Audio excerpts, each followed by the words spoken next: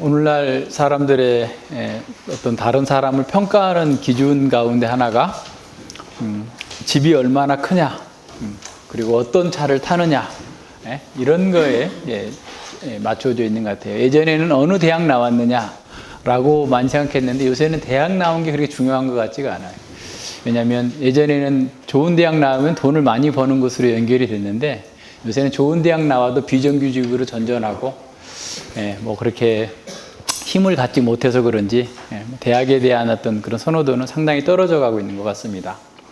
그래서 이제 대학뿐만 아니라 이런 그 대기업 또 관공서에서도 탈 수 있는 차가 정해져 있어요. 장관급이 타는 차는 뭐 3000cc의 무슨 세단, 그리고 차관은 또 어떤 차, 또 군수는 어떤 차, 뭐 구청장은 어떤 차, 이렇게 해가지고 관용 차량들도 차량의 등급들이 다 정해져 있죠. 그래서 이제 제 동생이 한 자기 차를, 초등학교 교사인 동생이 한 15년 이상 몇십만 킬로를 타고 나서 차를 바꿨는데 대형차로 바꿨어요. 고급 대형차로 바꿨는데 걱정하는 게 교장 선생님보다 더 비싼 차를 타서 미안하다 이런 마음이 있는 거죠. 그러니까 서열 문화가 그렇게 어떻게 보면 잘 이렇게 그렇게 두드러지지 않는 학교 교직에 있는 사람들도 윗사람보다 좋은 차를 타면 안 된다, 이런 마음들을 갖고 있는 거죠. 그러니까 이런 그 생각들이 어디서 나왔는지는 모르겠지만 우리는 이런 서열 문화 속에서 살고 있습니다. 세상 어느 나라에서도 볼 수 없는 그런 서열 문화가 우리나라에 굉장히 이렇게 존재해서 유치원 때부터 나이로 따져가지고 서열을 정하는 이런 게 있는데, 이런 문화가 한국 사회 발전에 상당한 도움을 주고 기여를 한 바도 있긴 하지만 요즘에는 그게 이제 더 한국 사회 발전에 발목을 잡고 있는 것처럼 이렇게 보이게 됩니다. 우리가 열왕기상 7장을 이렇게 보면서 굉장히 이렇게 어려워하는 것 중에 하나가, 아니 솔로몬의 왕궁이 성전보다 더 크다라는 것에 대해서 상당히 불편한 마음을 갖는 것도 아마 이런 서열 문화에서 비롯된 것은 아닌지 의심이 듭니다. 본문을 우리가 읽을 때 우리가 가지고 있는 문화와 또 어떤 지식으로 인한 선이해를 완전히 배제하는 것은 쉽지 않습니다. 그러니까 우리가 이미 알고 있는 어떤 지식의 근거에서 본문을 보는 것이죠. 그런데 우리가 가지고 있는 이런 문화적인 배경이나 지식이 저자가 의도했던 것과는 다른 방식의 해석을 이렇게 만들어낸다면 이건 이제 본문에 우리의 생각을 집어넣어서 읽는 것과 같은 그런 잘못을 이렇게 범할 수가 있습니다. 성경을 볼 때도 우리가 가지고 있는 이런 서열 문화에서 형성된 선이해를 바탕으로 이 본문을 본다면 우리도 오해할 수 있는 그런 부분들이 많죠. 그래서 이제 성전 건축의 기간, 그리고 솔로몬 왕궁의 건축 기간을 단순 비교하고 솔로몬의 크기, 솔로몬이 만든 성전의 크기와 솔로몬 왕궁의 크기를 단순 비교해가지고 솔로몬은 아주 이때부터 벌써 불경건한 그런 추구를 하고 있었다라고 이제 해석을 하는 경우가 많습니다. 그래서 우리도 그런 면에 좀 불편한 거예요. 성전이 더 커야 되는데 왜 솔로몬은 자신의 궁을 이렇게 크게 지었을까라고 합니다. 이게 생각하는 거죠. 그래서 이제 이런 것들을 잘 생각해 봐야 되는데, 위에 문제가 되는 게 왜 문제가 되냐면 이것을 어떻게 이해하느냐에 따라서 설교의 방향이 달라져요. 가령 솔로몬이 잘못했다. 예를 들어서 왜 이렇게 성전보다 왕궁을 크게 짓느냐, 막 백향목 궁으로 만들고 재판하는 그런 보좌의 낭실은 막 이렇게 화려하게 만드느냐라고 하면 이제 솔로몬을 비난하는 쪽으로 설교를 하게 되겠죠. 그러니까 하나님 일보다 자기 일을 더 높였네, 이렇게 하면서 이제 설교가 되고 우리도 그렇게 보게 되는 거예요. 그러나 과연 이 열왕기 저자가 이 본문에 지금 솔로몬이 잘못하고 있다라고 하는 의도를 지금 담아서 우리에게 전달해 주고 있을까에 대해서 한번 이렇게 점검해 봐야 됩니다. 그러면 도대체 저자는 왜 이와 같은 방식으로 이 본문을 이와 같이 기록했을까? 특별히 역대기에는 이 솔로몬의 이 왕궁 건축 사건 기사를 아예 빼버립니다. 그리고 이제 나갔는데 열왕기는 왜 이렇게 기록했을까에 대한 것들을 한번 생각해 보면서 본문의 의도를 잘 찾아야 됩니다. 다윗이 자신이 백향목 궁에 거하면서 야, 이 하나님은 성막에 계시니 이게 너무 죄송스럽다. 그래서 하나님께 내가 성전을 짓겠습니다 라고 했을 때 오히려 하나님께서는 네가 나의 집을 짓는 게 아니라 내가 너의 집을 지어줄 거고 너의 후손이 너의 아들이 나의 집을 지을 것이다 라고 사무엘하 7장에서 약속하셨습니다. 그래서 하나님께서 이 약속대로 다윗의 집 다윗 왕국을 건설해 주셨고 다윗에게서 나온 아들이 하나님의 집을 건축할 것이다 라고 하는 약속대로 하나님의 성전을 건축했어요. 그게 6장의 사건입니다. 7장에 오면 하나님의 성전보다 솔로몬의 왕국을 건설하는데 더 많이 걸리는 시간, 그러니까 성전 건축은 7년 6개월 걸렸는데 솔로몬 왕국은 13년이 걸렸다 라고 하는 것에 대해서 사람들이 굉장히 불만이 많은 거죠. 불편하게 느끼는 거죠. 감히 하나님의 성전보다 자신의 궁을 더 크게 짓다니 이는 솔로몬의 무음하고 타락한 증거다라고 얘기합니다. 그러나 이게 열왕기 저자가 우리에게 보여주는 그런 의도일까를 한번 생각해 봐야 됩니다. 음악 연주자들이요, 예를 들어서 그 바이올리니스트 정경화 씨가 가령 그 파가니니의 그 어떤 그 바이올린 곡을 연주한다고 그러면 그분은 연습에 들어가기 전에 한 달 이상을 파가니니의 그 시대, 이탈리아의 농촌의 배경들을 수많은 자료들을 찾아서 보는 거예요.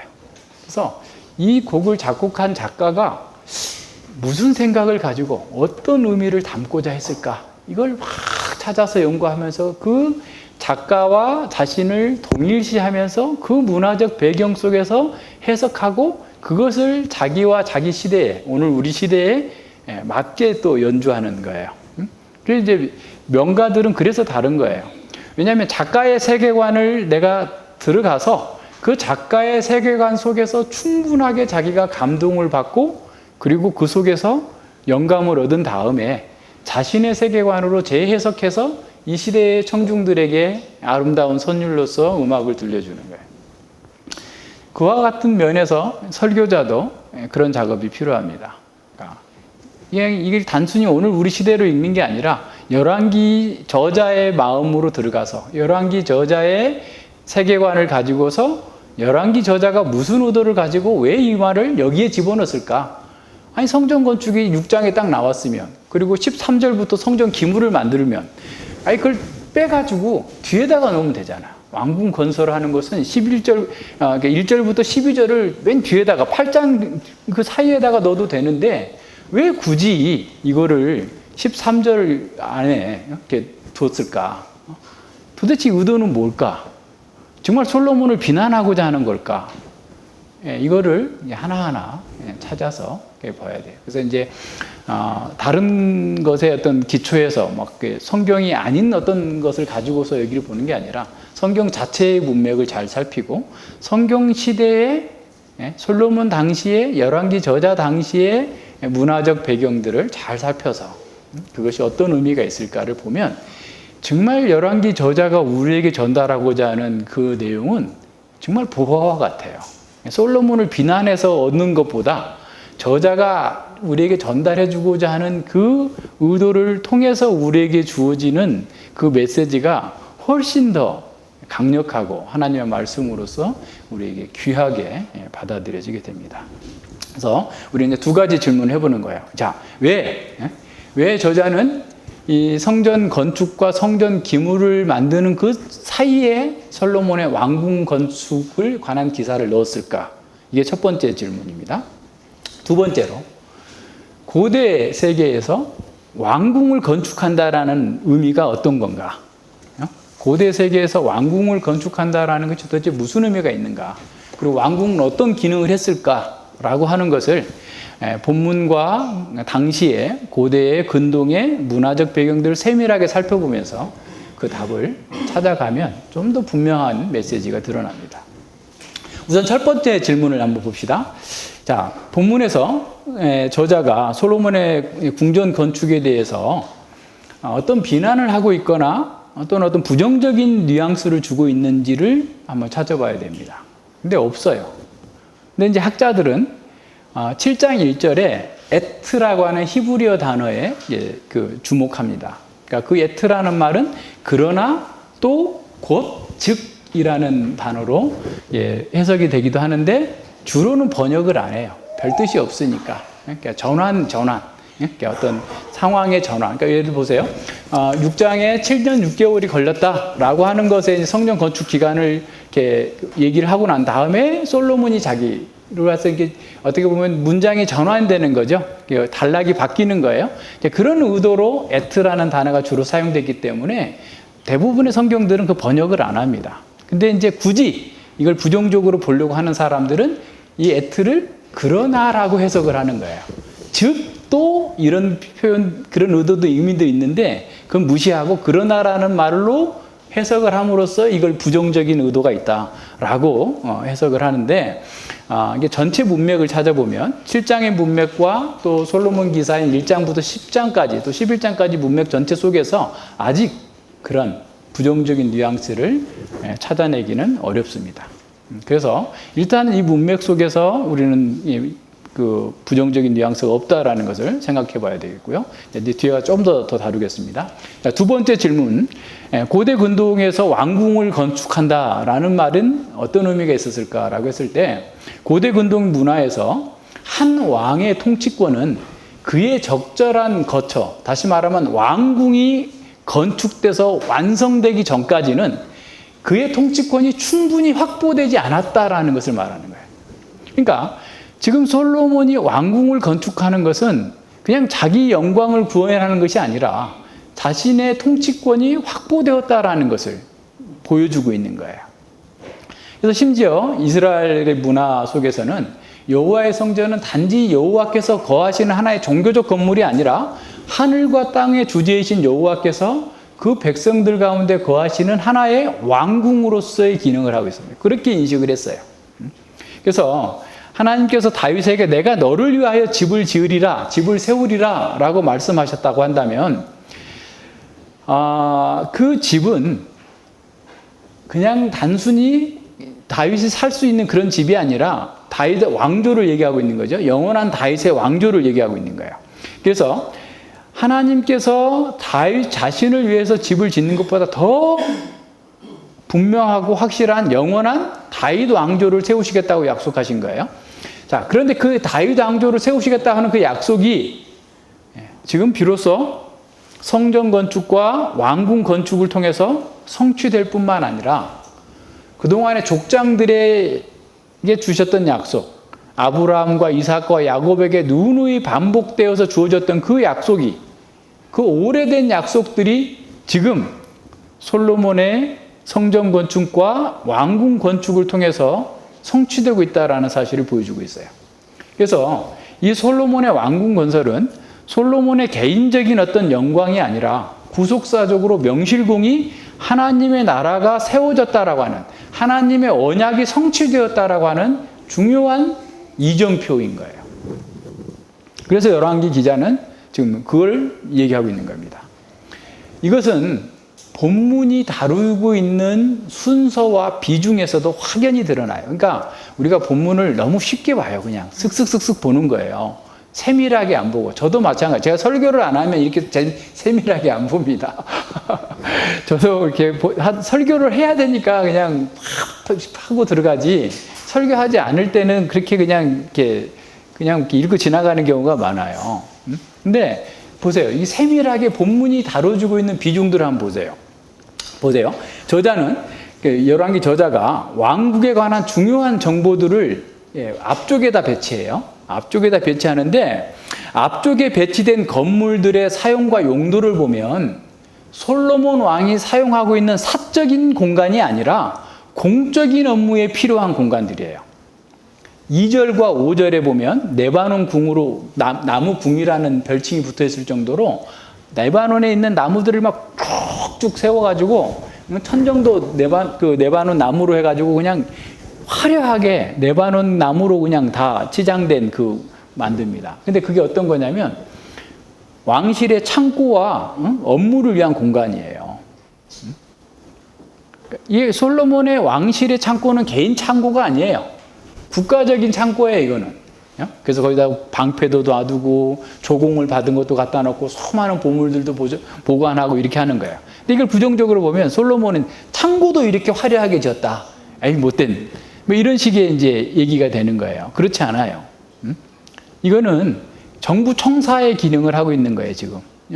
그 다음에 보세요. 그 앞에 있는 6절에 나오는 그 전실이에요. 현관인데 그 현관에서 재판의 보좌로 들어갈 수도 있고 재판의 낭실로 들어갈 수도 있고 레바논 나무 그 낭실로 들어갈 수도 있어요.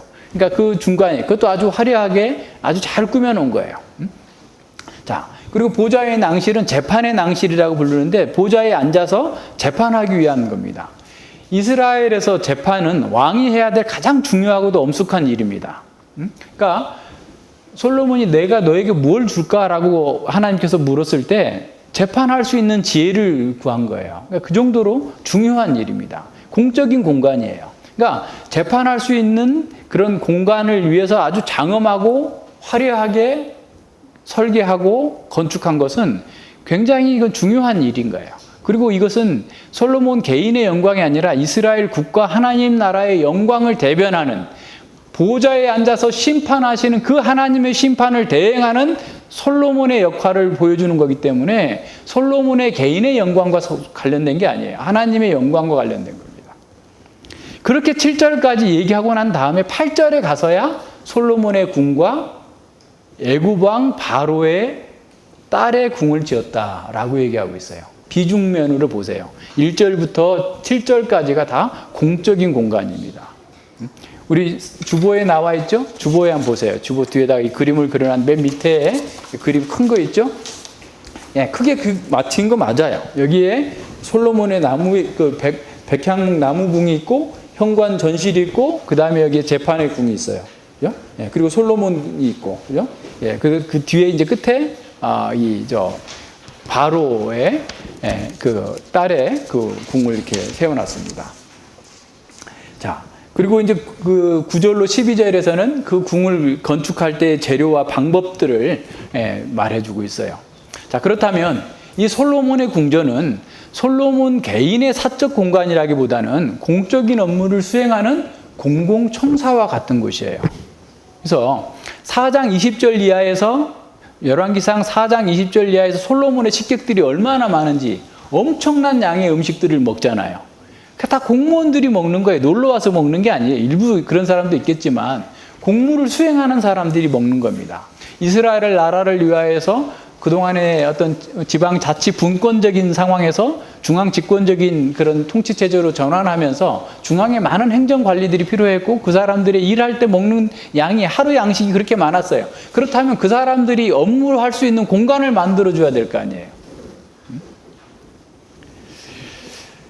그렇기 때문에 그러한 그 솔로몬의 어떤 그 관리들이 함께 일함으로써 4장 20절과 같은 솔로몬이 사는 동안에 유다와 이스라엘이 단에서부터 부엘세바까지 각기 포도나무와 무화과나무 아래서 안연히 살았다라고 하는 평강의 메시아 시대의 도래가 1차적으로 이때 도래했었음을 선언하고 있는 겁니다.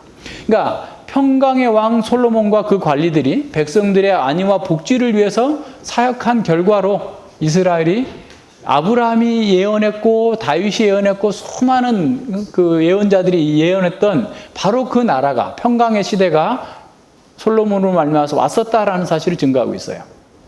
자, 그렇다면 우리는 솔로몬의 왕궁이 성전보다 더 크다는 것에 대해서 불편하게 생각할 필요가 없습니다.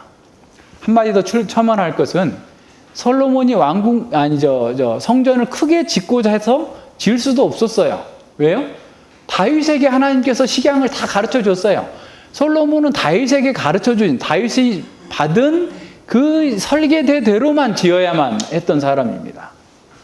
반면에 솔로몬은 이 왕궁을 건축할 때는 자신이 하나님께서 주신 지혜를 따라서 필요적절하게 그 궁전을 설계하고 만들 수 있었던 겁니다.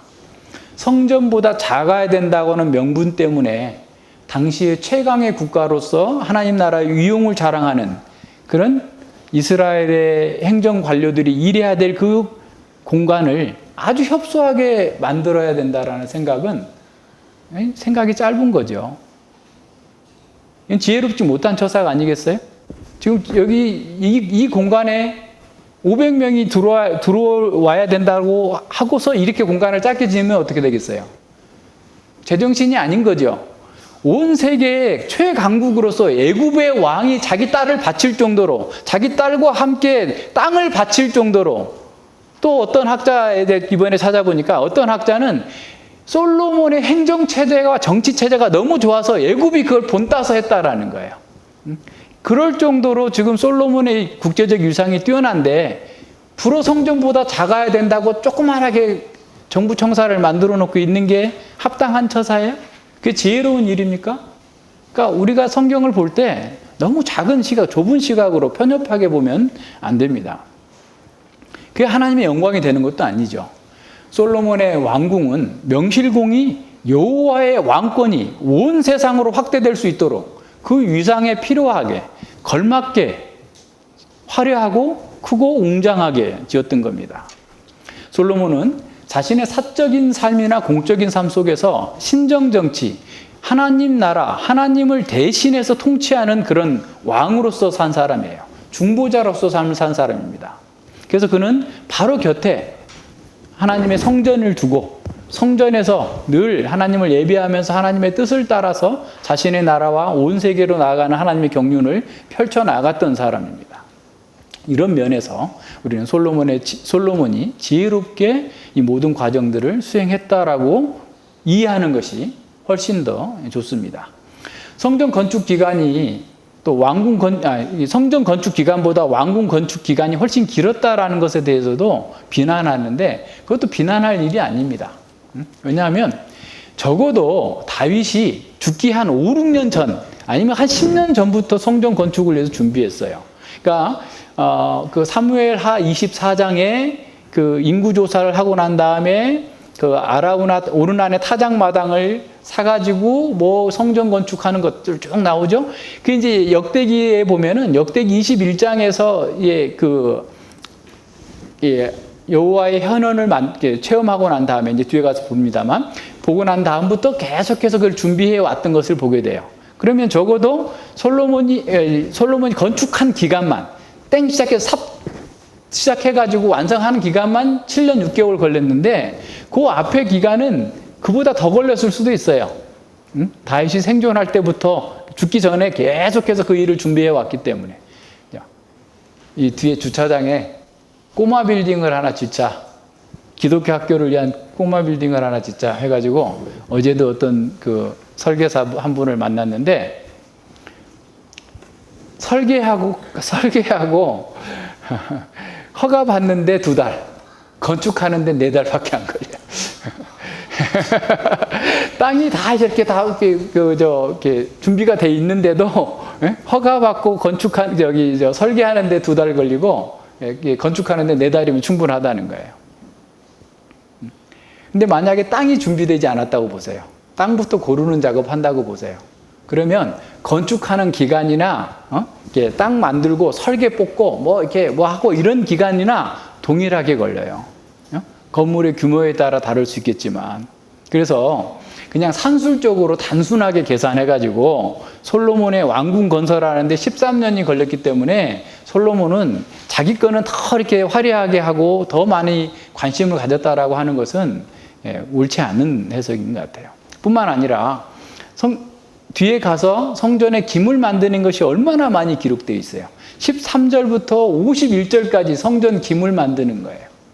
그러니까 솔로몬은 그 일에 우선순위를 뒀음을 볼 수 있어요. 성전에 기물을 만드는 일에. 근데 그 기물이 아주 정교하게 만들어져 있기 때문에 그 일 하나하나가 얼마나 중요하고 신경 썼으면 그냥 성전의 일은 자기 왕궁 건축하는 것은 뒤로 미뤄. 먼저 이거부터 하고 이거 하고 이렇게 하면서 했을 가능성이 저는 더 크다고 봐요. 이런 면에서 우리는 말씀 가운데에서 전반적인 것들을 잘 생각해 봐야 됩니다.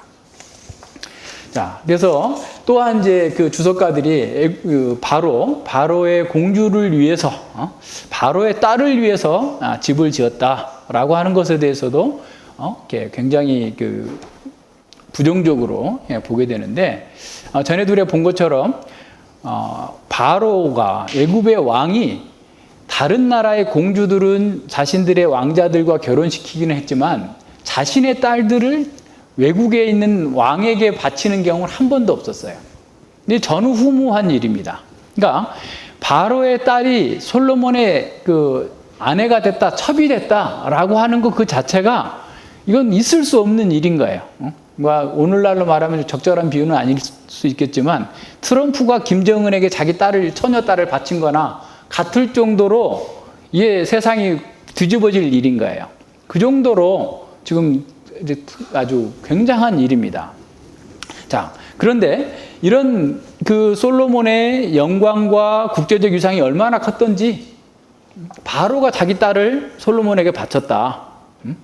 그리고 자기가 힘들게 뺏은 땅까지, 게셀이라고 하는 땅까지 열왕기상 이제 9장 16절에 가면 나오는데 그 땅까지 바쳤다라고 한다면 당시 세계에서 어마어마한 그 뉴스거리고 솔로몬의 위상을 보여주고 있는 겁니다. 앞서 얘기한 것처럼 솔로몬의 명성과 그 지혜가 너무 타고나서 애굽마저도 이스라엘의 정치와 법과 제도들을 따라서 배워서 써먹었다라는 얘기까지 있어요. 자, 그리고 역대기 기자를 보면요. 역대기 기자는, 애굽의 공주가, 이 바로의 딸이 다윗의 궁전에 거하는 것이 적절치 못하다. 왜냐하면 하나님의 거룩함을 모욕하는 것이기 때문에 솔로몬이 자기 왕궁 뒤에다가 바로의 딸을 위해서 궁을 건축해 줬다라고 얘기하고 있어요. 역대하 8장 11절에 보면 그렇게 나옵니다. 자, 그렇다면 솔로몬 궁전 안에 애굽 공주를 위해서 거처를 마련해 준 것만으로도 당시 사회에서 또 솔로몬의 왕궁을 찾는 사람들이 솔로몬을 바로보다 더 우러러 볼 수 있는, 어떻게 보면 솔로몬의 국제적인 위상을 그냥 한마디로 표현해주고 있는 그와 같은 하나의 광고판이었을 거다. 그래서 굳이 열왕기 저자는 이걸 밝히고 있는 겁니다. 그래서 이러한 모든 증거들을 종합해 보면 성전 건축과 왕궁 건설 사이에 놓인 성전 건축과 성전 기물을 만드는 사이에 그 왕궁 건축이 놓여 있는 것은 하나님의 왕권을 구현하는 인간 왕의 역할과 기능을 보여줄 뿐만 아니라 하나님께서 다윗의 집, 다윗 왕조를 세우시겠다고 하는 그 언약이 궁극적으로 성취되고 있음을 보여주려고 하는 저자의 의도를 우리는 볼 수 있어야 됩니다. 특별히 하나님께서는 솔로몬이 다른 것을 구하지 않고 그 백성들을 재판할 지혜를 구하였을 때 너에게 지혜뿐만 아니라 부와 영광도 주시겠다라고 약속하셨는데 그 약속이 지금 성취되고 있는 거예요. 하나님께서 솔로몬이 너가 율법을 지킨다면, 율법을 행한다면 지혜뿐만 아니라 부와 영광도 주시겠다 약속하셨는데 부와 영광이 지금 실현되고 있는 상황을 보여주고 있는 겁니다. 우리는 높이 계신 하나님께서 자신의 권위를 인간 왕에게 주셔서 온 세계 가운데 자신의 통치를 드러나게 하셨다라는 사실에 주목해야 됩니다. 그래서 솔로몬은 단순한 인간 왕이 아니라 하나님의 기름 부음 받은 중보자로서, 왕으로서 사역을 한 겁니다. 그래서 이 본문을 좀 더 넓은 문맥에서 성경 전체를 보고, 그리고 당시 역사적 문화적 상황들을 고려해서 본다면 하나님의 영광과 통치를 구현하는 인간 왕의 솔로몬의 위엄과 영광을 보여주는 왕궁 건축이다라는 사실을 우리는 이해해야 됩니다. 우리 한번 생각해 보세요.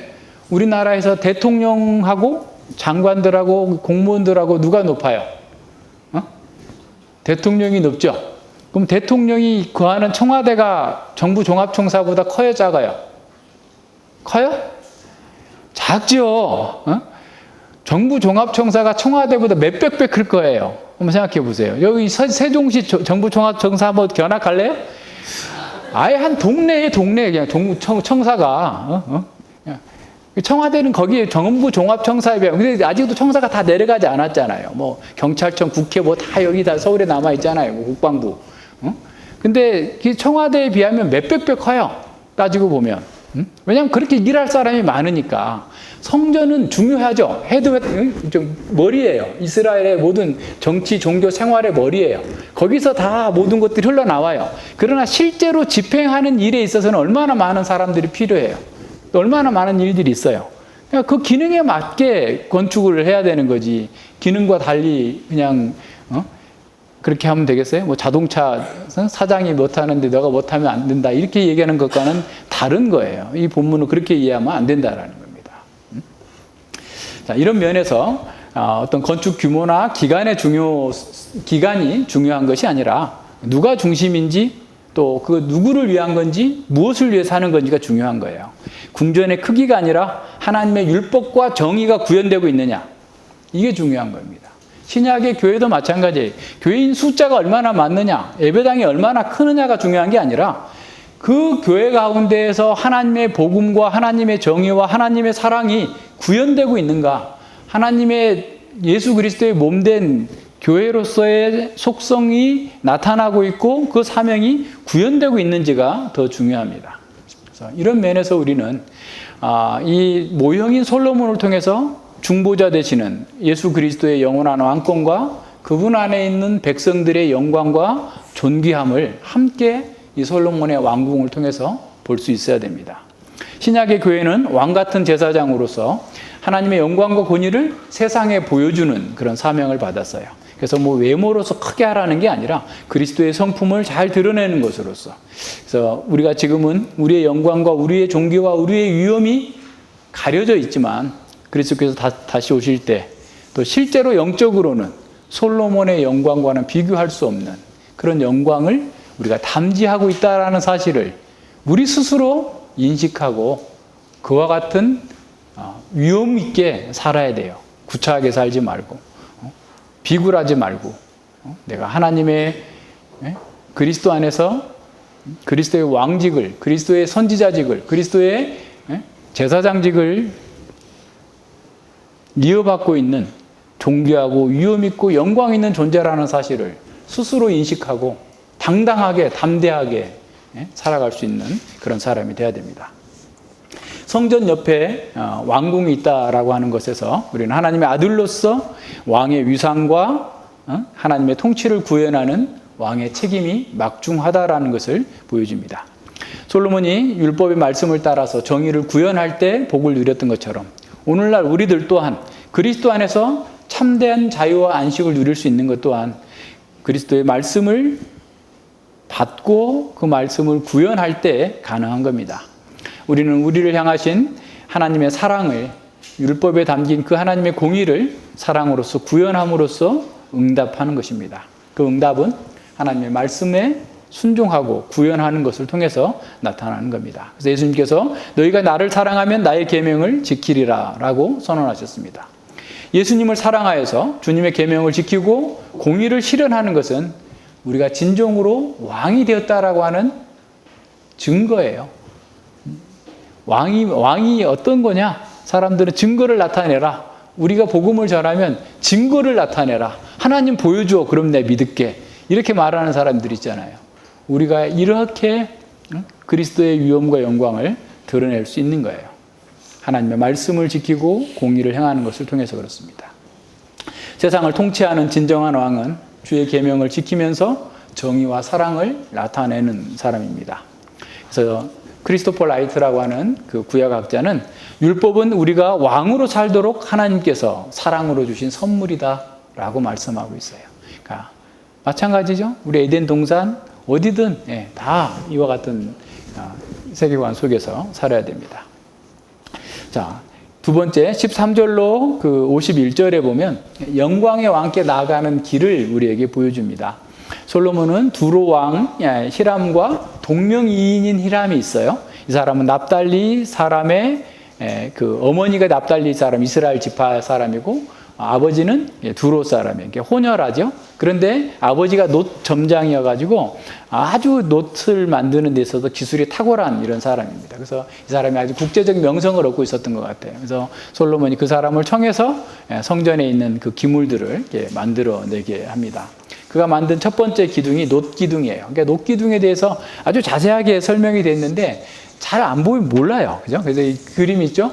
그림에 보면 이렇게 나옵니다. 그래서 이제 그 기둥이 한 9m 되고 둘레가 한 6m 되고 기둥 꼭대기에 놋을 부어서 만든 머리가 있고 둥그런 머리가 있죠. 그리고 그 위에 또 이게 백합화 모양의 꽃이 있고 또 석류가 이렇게 쫙 둘러져 있고 뭐 어마어마하게 정교하고 아름다운 그런 기둥들이 두 개가 이렇게 세워져 있는 겁니다. 그래서 기둥의 이름은 야긴 보아스, 저가 세우리라 그에게 능력이 있다. 라고 이렇게 보여주고 있죠.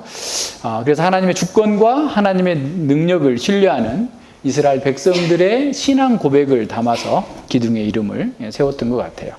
그리고 이제 23절, 26절에서는 놋을 부어 만든 그 바다가 나오죠. 이 바다, 이게 어마어마하게 큰 그 규모예요. 그러니까 지름이 5m예요. 지름이 5m, 굉장히 큰 거, 높이가 2.5m. 그러니까 사람이 그냥 들어갈 수가 없겠죠. 둘레가 15m나 되는, 그래서 4만 5천 리터의 물을 이렇게 담아 놓을 수 있는 그런 공간입니다. 그리고 그 바다를 그 12마리의 황소가 이렇게 받쳐들고 있어요. 그래서 동서남북으로 이렇게 3마리씩 해가지고 이렇게 나오고 있죠. 이게 이제 제사장들이 여기서 이렇게 물을 떠서 씻고 그 의식을 치를 때 필요한 물을 이 바다에서 받아 썼는데, 이 바다라고 또 굳이 칭한 것은 어떤 상징적인 의미도 있습니다. 그러니까 이게 당시에 바다를 지난번에도 시편 24편 볼 때 배운 것처럼 얌이라고 하는 신이 이게 다스리고 있다. 그래가지고 이제 바알과 얌과 아세라가 뭐 막 싸우고 이렇게 하면서 이제 이 세계가 비가 내리고 이렇게 한다라고 하는 것들을 보여주고 있는, 당시 세계관에 있는 그 사람들에게 바다는 하나님께서 창조하신 창조물일 뿐이고 하나님께서 다스리고 있다라는 사실을 보여주고자 하는 그런 의도를 담고 있음을 우리는 보게 됩니다. 그리고 27절로 39절까지 아주 장황하게 그 물두멍을 만든 거예요. 그래서 이제 물두멍의 이 크기도 상당히 큽니다. 그래서 이제 거기도 한 96리터의 물을 담아 놓을 수 있는데, 성전 북쪽 남쪽으로 각각 5개씩 이렇게 해놓고 수레로 끌고 다닐 수 있도록. 이것은 아마 성전은 여러분 생각할 때 막 거룩한 곳이니까 막 우리 예배당처럼 깨끗할 거다라고 생각을 하지만 계속 죽여야 돼요. 양도 죽이고 뭐 그 똥도 죽이고 뭐 내장도 뜯어내야 되고 그거 씻어야 되고 막 그러면 얼마나 그 더러워지겠어요? 냄새도 막 계속 태워야 되니까 냄새도 나고 재도 버려야 되고 이런 것들 때문에 이런 물두멍을 이렇게 수레로 만들어 가지고 이렇게 할 수 있도록 만든 그 10개의 물두멍이 만든 기사가 거기에 나옵니다. 그리고 40절로 47절에 보면 또 다른 부속적인 기구들, 솥, 또 이렇게 부삽, 숯을 갖다가 버려야 되니까, 그죠? 대접들, 이런 만드는 그 히람의 사역을 보여주고 있죠. 그리고 48절, 51절에서는 솔로몬이 성전을 만들기 위한 그런 황금 기구들의 목록들, 그걸 다 이렇게 보여주고 있죠. 그러니까 성막에서는 그 금 등잔이 하나 있고, 떡상도 하나 있었는데, 여기는 5개씩 있는 거예요. 근데 전에는 남쪽에는 등대가 있고, 북쪽에는 떡상이 있었는데, 이번에는 교차로 있는 거예요. 5개씩. 그러니까 그 구조를 이렇게 생각해 보면 그림을 안 넣는데 5개씩 있는. 왜냐하면 공간이 넓고 이렇게 하기 때문에 좀 밝아야 되고 항상 빛나게 해야 되기 때문에 그렇게 해놨던 것 같아요. 그 규모와 이런 것들을 비교해서 보면. 그래서 그렇게 해놨던 것들, 그리고 남은 그 많은 것들, 솔로몬이 남은 그 모든 것들, 또 그 하는 것들, 성전 곳간에 보관해놨다라고 하는 것들을 보여줍니다. 여기서 중요한 것은 뭐냐면, 자, 인간이, 죄로 인해서 죽어버린 인간이, 부정한 인간이 하나님께 나아가기 위한 조건이 얼마나 엄미하고 까다로운지를 우리에게 보여줍니다. 하나님의 임재 가운데 나아가기 위해서는 하나님께서 정하신 방법에 따라서 하나님께서 정하신 사람과 정하신 재물을 가지고서 하나님께 나아가야 된다라고 하는 것을 보여주죠. 성전 안에서 늘 불을 밝혀야 되는 것, 또 진설병 상에 놓이는 것, 하나님의 진리를 따라서 하나님의 공급하심 안에서 진정한 복을 누릴 수 있는 길을 우리에게 보여주고 있습니다. 성전 밖에 있는 그런 바다와 물두멍과 각종 성전의 기구들은 죄인들이 어떻게 하나님의 임재 가운데로 나아갈 수 있는지를 이렇게 보여주는 역할들을 합니다.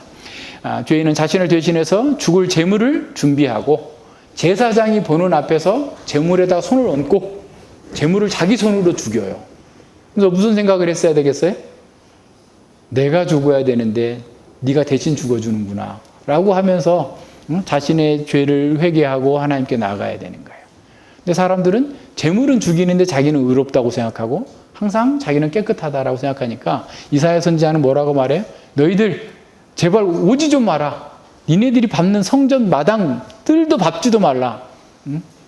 하나님의 말씀을 따라서 공의를 행하고 정의를 구현하면서 하나님의 율법의 원리를 너희의 삶 가운데서 실현하면서 회개하면서 하나님의 은혜 가운데에서 그 구속의 방법을 사용해야 되는데 오히려 자기들은 다 됐다라고 생각하면서 하는 것에 대해서 하나님께서 역겹다, 냄새도 맡기 싫다라고 말씀하시는 겁니다.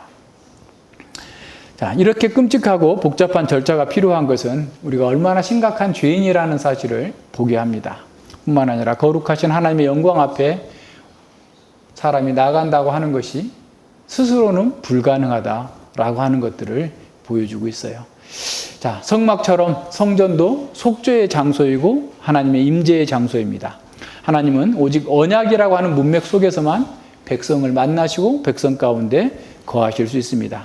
언약궤는 언약과 증거의 궤이지 우상과 같은 그런 것들이 아닙니다. 언약이 깨어질 때 하나님은 이스라엘과 함께 하실 수 없었습니다. 희생제사가 단순히 속죄를 보장하는 그런 하나의 의식 정도로 여겨지고 또 거룩함으로 나가는 수단으로 여겨지지 않을 때 하나님은 죄로 물든 그리고 불순종한 백성들 속에 거할 수 없었던 것이죠. 성막과 성전, 심지어 언약궤마저도 하나님의 임재를 보장할 수 있지 못했습니다. 하나님이 떠나시면 그것들은 단순히 인간의 손에 의해서 만들어진 하나의 건물이요 가공품이고 인간의 손에 의해서 파괴될 수밖에 없는 그런 대상들이다라는 사실을 기억해야 됩니다. 자, 우리는 늘 이렇게 언약을 깨트리고 주님을 배반하며 신실하신 그 주님께 나아갈 수 없었던 자들입니다. 그런데 예수님께서 어린 양이 되셔서 우리를 위한 제물이 되셨고 제사장이 되어주셔서 우리가 하나님의 지성소로 하나님의 임재 가운데로 나아갈 수 있는 사람들이 되었습니다. 그래서 우리는 하나님의 십자가 안에서 그리스도의 영광 안에서 하나님의 보좌로 나아갈 수 있습니다. 성전은 거룩한 곳에 있었지만 그 뜰에서 벌어지는 일들은 끔찍한 일들이 죽음과 피 흘림과 짐승의 울음소리들이 들렸을 것입니다. 신약시대의 성전인 교회에서도 어쩌면 거룩해야 되는데 세상보다도 못한 그러한 모습들이 벌어질 수도 있습니다. 공동체를 운운하고 영적인 형제 부모다라고 함께 얘기했던 사람들이 배반할 수도 있습니다. 그러나 그렇다고 해서 우리가 주님께로 나아가는 길을 막을 수 없습니다. 일본의 어떤 아주 상처받은 여성이 친구의 도움을 받아서 교회를 가게 됐답니다. 네, 교회를 열심히 다니고 있는데 모든 사람들이 환영해 주는데 어떤 사람이 그 여자분을 뒤에서 모함하고 다니는 거예요. 저는 행실이 굉장히 안 좋다더라. 많은 남자들을 거쳐갔다더라. 뭐 등등의 이런 그 비난을 이렇게 하면서 그 사람을 어렵게 만든 거예요. 그래서 그 사람이 교회를 떠날까 옆에서 두려워하고 걱정했는데 오히려 그분이 그러더랍니다. 저런 사람도 하나님께서 구원하신다면 나는 더 쉽게 구원받을 수 있을 것 같아서 저는 교회에 남는다. 교회 떠나지 않을 거니까 걱정하지 말라. 그렇게 얘기했다는 거예요. 어쩌면 그 사람 또한 비난했던 모함했던 그 사람 또한 주님께 가는 길을 그분에게 보여준 부정적이지만 보여준 결과를 냈을 수 있다고 생각이 됩니다. 교회는 별별 사람들이 다 모인 곳입니다. 떠날 수도 있고 올 수도 있고 구원받는 사람도 있고 받지 못하는 사람도 있어요. 그러나 우리는 주님께서 우리를 위해서 이 구원의 길을 내셨고 우리의 목자가 되셔서 우리를 주님께로 인도해 가시는 은혜를 늘 체험하고 있기 때문에 우리는 걱정하지 않고 우리의 길을 갑니다. 이제 우리도 왕의 길을 예비하는 사람들이 되어야 됩니다. 이제 우리가 고통받는 사람들에게 주님께 나올 수 있도록 이 복잡한 절차와 같은 또 복잡하고 수고로운 일들을 감당해내므로써 그들이 예수님께로 가는 길을 열어주고 예수님을 만날 수 있도록 도와주고 그 일들을 우리가 해야 되는 일이에요. 그래서 우리는 물두멍 같은 역할을 할 수도 있고 부사과 같은 역할을 할 수도 있고 별 역할을 다 할 수 있어요. 하나님께서 맡기실 수 있어요.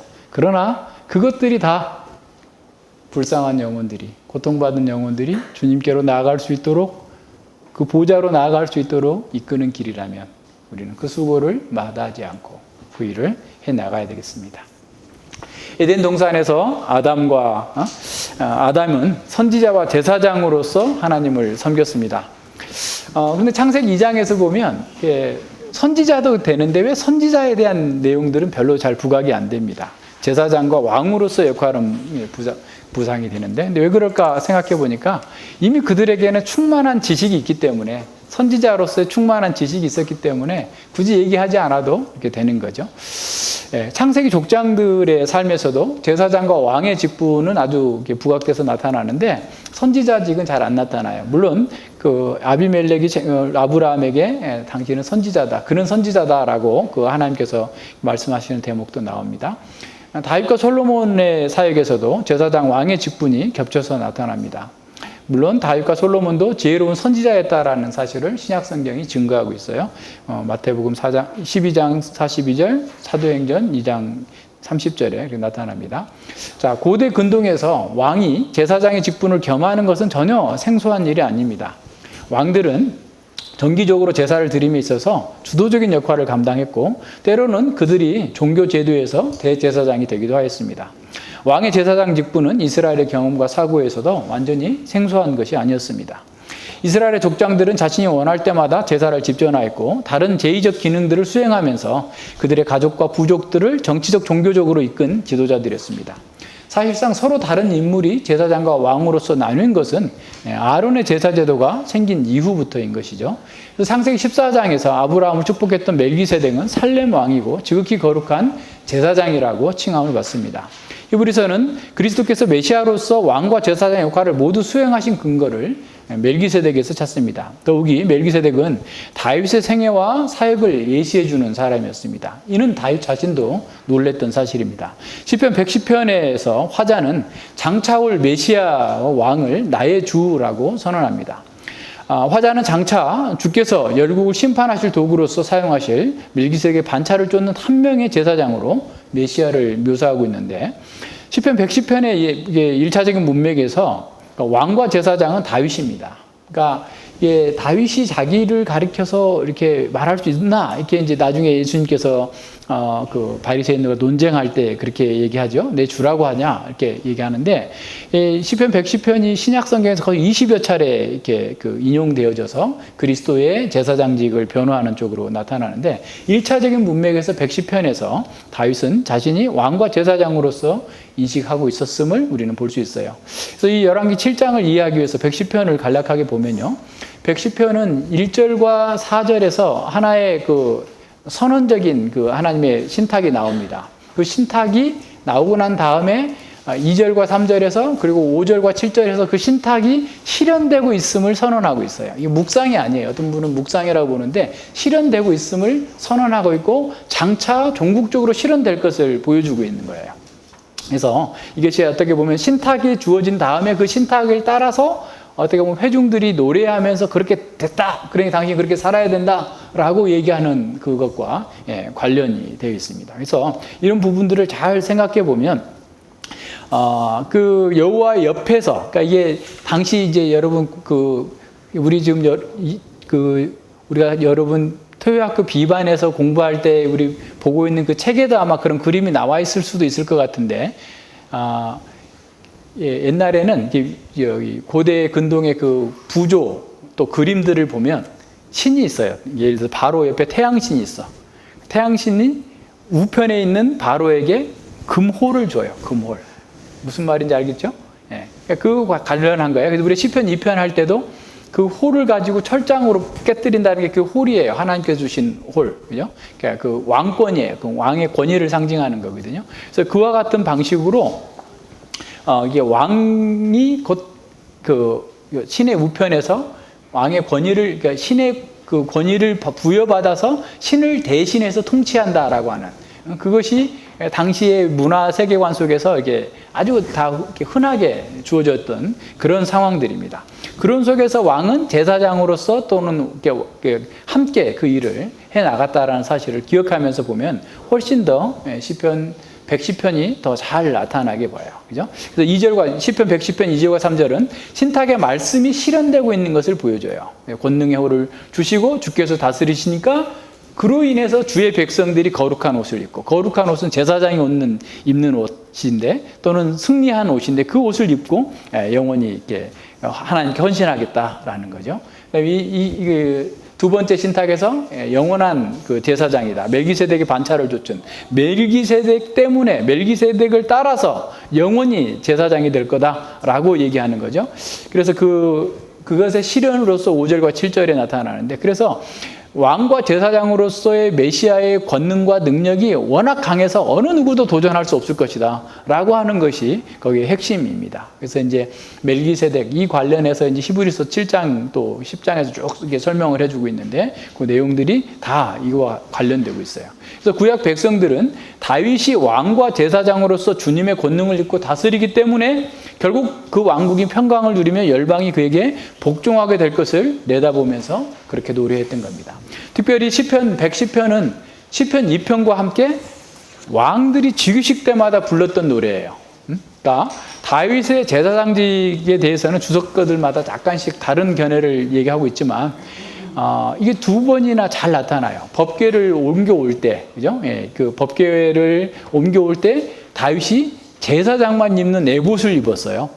그리고 막 춤을 추면서, 그래서 이제 그 에봇이 아마 이렇게 벗겨져가지고 이렇게 배꼽이 보이니까 그 미갈이 막 비난하고 그러잖아요. 그러니까 제사장만 입는 그 에봇을 입었었고, 또 그 번제와 화목제를 드리면서 그 백성들을 인도해 오고 그들을 위해서 축복하고 있습니다. 근데 특별히 역대기 저자는 굉장히 제사장과 레위인에 대해서 관심이 많고, 제사장과 레위인의 사역에 대해서 아주 구체적으로 많이 기록하고 있어요. 그럼에도 불구하고 이렇게 중대한 사건 속에 어떤 제사장이 다윗과 함께 동역했는지 이름 자체도 기록하고 있지 않아요. 그럼 뭘 의미할까요? 다윗을 제사장적 왕으로 지금 보고 있는 거예요. 예, 그래서 그것을 백성들과 레위인들도 인정하고 있다는 것을 보게 됩니다. 그래서 다윗의 제사장 역할은 성소에서 일할 종교적인 관리들을 임명할 때도 아주 두드러지게 드러나는 거죠. 앞서 얘기한 것처럼 역대상 21장에서 다윗은 제사장 역할을 합니다. 인구조사로 인해서 재앙이 왔고 있을 때 오르난의 타작마당에서, 그게 모리아 산이죠. 아브라함이 이삭을 바친 그 장소에, 거기에 성전이 세워지는 거예요. 제사 준비를 명령하고, 그리고 다윗은 신년을 봐요. 하나님께서 임재하신 그 모습을 봅니다. 그런데 그 여호와의 천사가 하늘과 땅 사이에 서 있는 것을 봐요. 예, 야곱의 사닥다리의 모습을 좀 보는 거예요. 하나님께서 거기 계시는구나. 이곳이 하나님의 성전이구나 라는 것을 거기서 경험하게 됩니다. 그리고 바로 그 자리에서 여호와를 위한 단을 쌓고 번제를 드리고 기도합니다. 그래서 하나님께서 그 불을 내리시고 그의 제사를 받으셨다라는 사실을 보여주고, 다윗은 거기서 뭐라고 고백하냐면, 이는 여호와 하나님의 전이요 이는 이스라엘의 번제단이다라고 고백합니다. 그것이 바로 이스라엘의 성전이 건축된 그런 자리입니다. 자, 그렇다면 다윗을 이어서 보좌에 오른 솔로몬 역시 제사장 왕으로서의 역할을 하였고, 그것을 보여주기 위해서 열왕기 기자는 성전 건축과 성전 기물을 만드는 사건 사이에 솔로몬 왕궁을 건축하는 것을 기록했다라고 볼 수 있습니다. 성전 건축과 성전에 필요한 기물을 만드는 사이에 왕궁 건설을 기록한 것은 하나님의 왕권을 구현하는 인간 왕의 역할과 하나님께서 다윗의 집, 다윗의 왕조를 세우겠다고 하는 그 언약이 성취되고 있음을 보여주려고 하는 저자의 명확한 의도를 나타내고 있다라고 우리는 해석할 수 있습니다. 이는 본문을 다윗 언약과 연결해서 보면 더 분명해져요. 사무엘하 7장에 나타난 그 다윗 언약 속에서 내 몸에서 날 자식, 내 후손이 내 뒤를 이어서 나라를 견고케 하리라. 나라를 견고케 하려면 그 왕궁이 잘 세워져 가지고 그 역할을 잘 감당해야 되겠죠. 저는 내 이름을 위하여 집을 건축할 것이요, 성전을 건축할 것이요. 나는 그 나라의 위를, 그 왕국의 위를 영원히 견고케 하리라. 나는 그 아비가 되고 그는 내 아들이 되리니 라고 선언하고 있었죠. 자, 이것을 역대기 기자는 그 언약이 그대로 성취되었음을 보고해 주는데요. 그 말 속에서 굉장히 중요한 내용들이 담겨져 있습니다. 역대상 29장 23절로 25절입니다.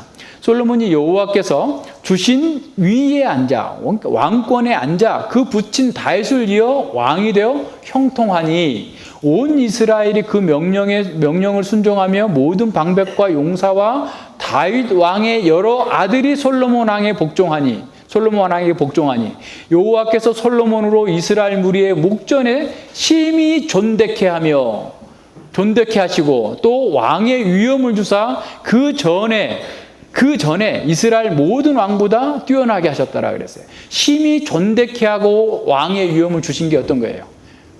왕궁 건축 사건도 포함되고 있는 거죠.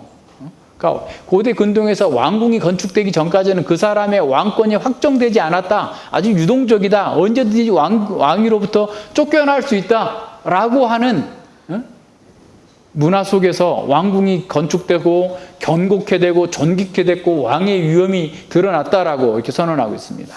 자, 이와 관련해서 주목해야 될 것은 또 한 가지가 있는데, 열왕기 기자가 성전 건축과 성전 기물을 만드는 모든 작업을 솔로몬이 다 했다라고 얘기하고 있어요. 그렇게 묘사하고 있어요. 실제로는 안 그렇잖아요. 솔로몬이 뭘 했겠어요? 하도록 지시했겠죠. 근데 그걸 다 솔로몬이 한 것으로 얘기합니다. 솔로몬은 어떤 기물도 만들지 않았습니다. 그런데 48절 보세요. 7장 48절, 솔로몬이 또 여호와의 전에 모든 기구를 만들었으니, 51절에 솔로몬 왕이 여호와의 전을 위하여 만드는 모든 것을 마친지라. 물론 이 표현은 솔로몬이 그 모든 것들을 주관하였다라는 표현으로 단순하게 이해할 수도 있지만, 다윗을 잇는 솔로몬 왕에게도 제사장 왕의 역할을 드러내려는 의도가 열왕기 기자에게 있다라고 우리는 확신할 수 있습니다.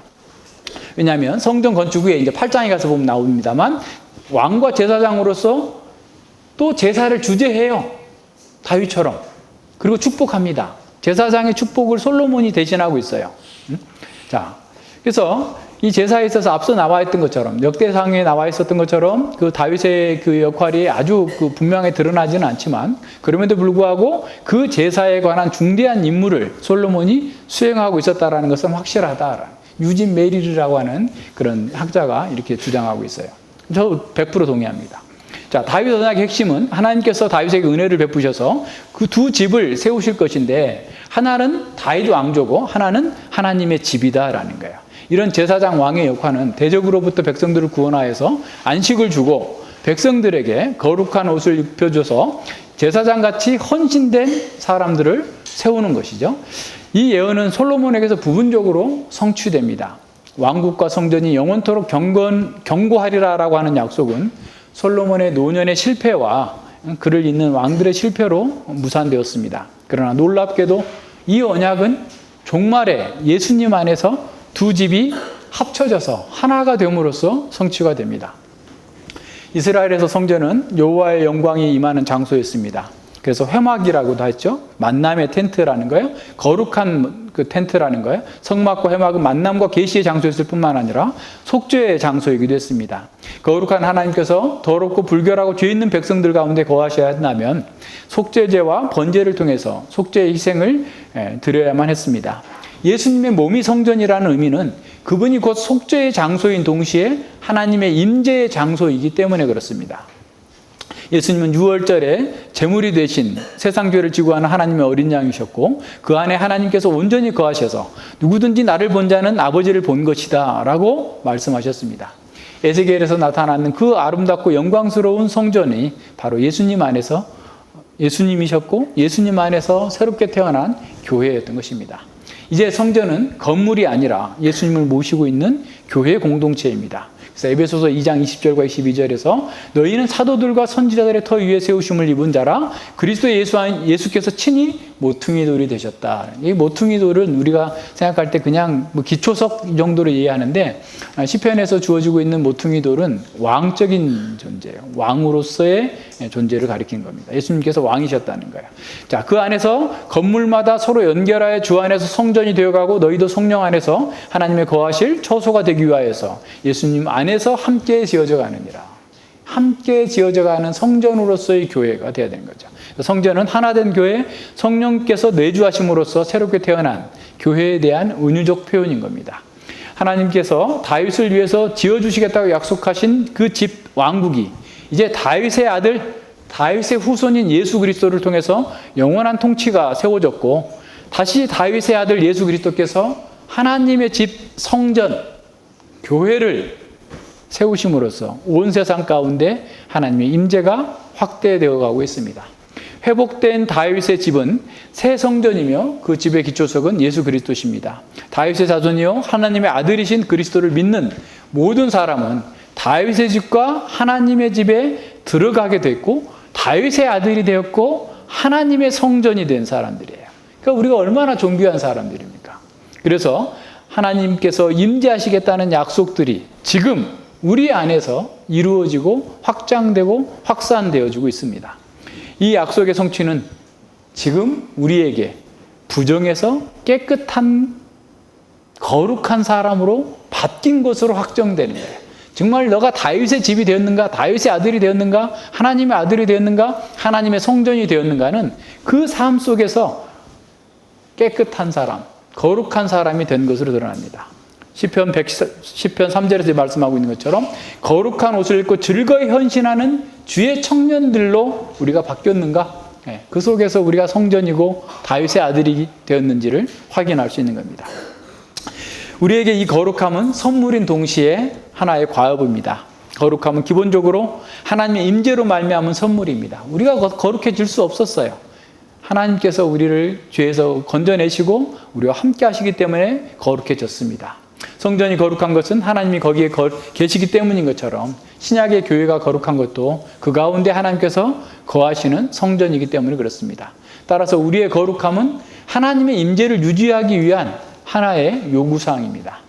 이것을 가르치기 위해서 사도 바울은 유다 백성들이 바벨론에서 떠날 때 제사장들에게 주어졌던 그 명령들을 인용하고 있는 거예요. 여호와께서 그들의 여정 중에서 그들과 동행하시기 때문에 그래서 여호와의 성전의 기구들을 매는 제사장들이 모든 부정한 것에서 뒤로 하고 자신을 성결케 해야 했듯이 성전인 모든 믿는 자들은 마땅히 모든 불의와 어두움과 우상 숭배와 불의에서 떠나야 된다라는 거예요. 그래서 결론적으로 고린도후서 7장 1절에서 사랑하는 자들아 이 약속을 가진 우리가 하나님을 두려워한 가운데 거룩함을 온전히 이루어 육과 영의 온갖 더러운 것에서 자신을 깨끗게 하자라고 선언하고 있습니다. 우리 믿는 자들은 하나님이 거룩하시기 때문에 마땅히 거룩해야 하는 성전의 제사장들과 같습니다. 거룩함은 선물이지만 동시에 우리의 생활 속에서 마땅히 추구해야 되는 하나님의 백성으로서의 표지인 것이죠. 그리스도께서 완성한 선지자, 제사장, 왕의 직분은 다시 교회에게 주어졌습니다. 우리는 복음을 전함으로써 선지자 역할을 합니다. 우리는 하나님과 세상에 대해서 진실을 말함으로써 선지자적 임무를 감당합니다. 또한 우리는 왕같은 제사장으로서 영적인 성전으로서 하나님께서 기쁘게 받으실 신령한 제사를 드리는 제사장입니다. 우리는 그 이름을 증거하는 입술의 열매인 찬미의 제사를 통해서 하나님께 제사를 드립니다. 우리는 약한 자들을 돕고 선을 행함으로써 하나님께서 기뻐하시는 제사를 드리는 사람입니다. 우리는 삶의 모든 영역에서 세상의 세계관에서 떠나서 하나님께서 기뻐하시는 것을 행하는 거룩한 산 제사로 우리 자신을 드리는 제사장들입니다. 또한 우리는 그리스도의 통치에 참여하는 것으로 왕적인 다스림을 시행합니다. 우리는 이미 하늘의 보좌의 우편에 앉아 있어요. 에베소 2장 6절이에요. 에베소 6장 10절로 18절 마귀를 대적해서 싸워요. 왕으로서 싸우는 거예요. 그리스도를 모시는 사람으로 싸우는 거예요. 야고보서 4장 7절에 마귀를 대적하는 거예요. 마귀를 두려워하지 않아야 돼요. 대적합니다. 모든 면에서 우리는 주님이 왕권을 대행하는 왕으로서 당당하고 힘있고 담대하게 죄와 세상과 악을 대항해서 싸워나가는 사람들입니다. 우리는 그리스도께 다시 오실 때까지 이 말씀을 따라서 행함으로써 진정한 자유와 안식을 누리는 왕으로 살아야 됩니다. 이것이 작은 일처럼 보여요. 돈 버는 일보다 작은 일처럼 보여요. 세상에서 출세하는 것보다도 작은 일처럼 보여요. 그러나 이 작은 일에 충성하는 자에게 많은 것을 맡기신다고 주께서 약속하셨어요. 우리는 이 세상 그 누구도 할 수 없는 하나님의 통치에 하나님과 함께 그리스도와 함께 온 세상을 통치하게 될 거예요. 요한계시록 3장 21절에서 이기는 그에게는 내가 내 보좌에 함께 앉게 하여 주기를 내가 이기고 아버지의 보좌에 함께 앉는 것 같이 하리라 그랬어요. 왕으로서 이겨야 됩니다. 그러면 우리는 그리스도와 함께 통치하게 됩니다. 거룩한 제사장과 왕으로 살도록 부르신 그 주님을 떠나는 사람보다 불행한 사람은 없습니다. 이미 제사장이신 예수님을 믿어서 거룩해 된 우리는 그 무엇도 두려워하지 않습니다. 선지자로서 우리에게 모든 것을 가르쳐 주셨어요.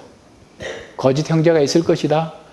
주님이 오실 때까지 수많은 거짓사들이 나타날 것이다. 삭군 목자들이 나올 것이다. 종말에 사람들이 바른 가르침을 싫어하고 다 자기 사욕을 쫓을 스승을 따라갈 것이다. 그런 일을 당할 때 놀라지 마라. 하나님 말씀대로 되어지는구나.